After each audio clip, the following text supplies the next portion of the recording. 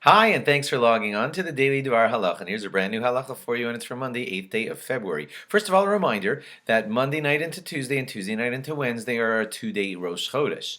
Monday night into Tuesday marks the last day of the month of Shvat, and Tuesday night and Wednesday is the first day of Adar. And yes, Misha Nichnas Adar, Marbim B'Simcha, that's when we increase our festivities. And we start saying that and holding of that even in the first month of Adar. There's going to be 2 months of Adar, but more of that to follow just a little bit later.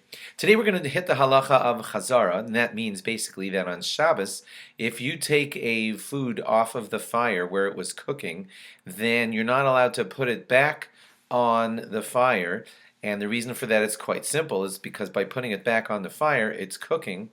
And if you aren't really cooking it, because let's say it's fully cooked, but it still resembles cooking much too much to allow us, the rabbis therefore said we can't allow a person to return something to a fire. Okay, so if you take something off the fire on Shabbos, it's prohibited. We're going to talk about some exceptions here, but generally we don't put things back onto a fire in the middle of Shabbos if they were taken off of that fire. It could be cooking or it could look like cooking. If you would want to put the thing back in the fire, you'd have 5 conditions that you should meet. And if you meet all 5 of those conditions, then, and we're going to talk about exceptions also, but generally you're supposed to meet all 5 of these conditions in order to be able to put the food back on the fire.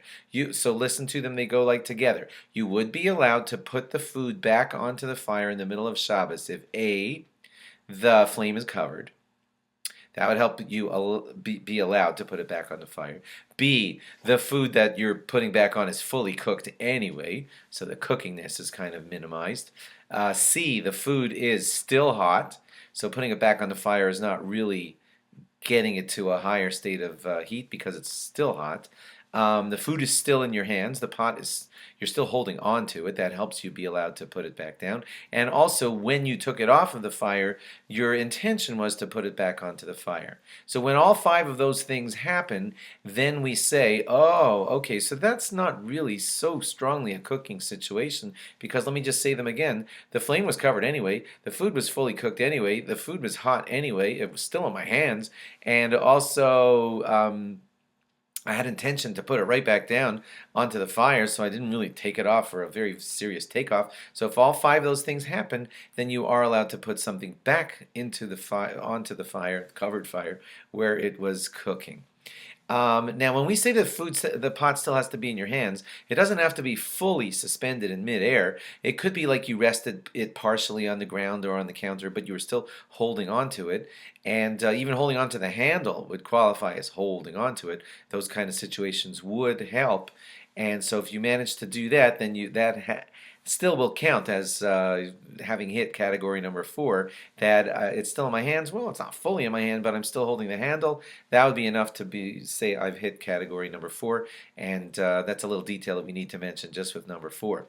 And one more thing that we should mention is that these 5 things that we've told you about that you should do in order to be allowed to put the thing back on the fire, the last 2 of them are not as crucial. It's the first 3 that are most crucial: flame being covered, the food fully cooked, and the food being hot. But if the food didn't end up staying in your hands totally, and also if you didn't really fully have intention to put it back down, sometimes we're lenient on those last 2. So if a situation arises, you could speak to a rabbi about possibly being allowed to put it back on the fire, because those last 2 are not as critical as the first 3.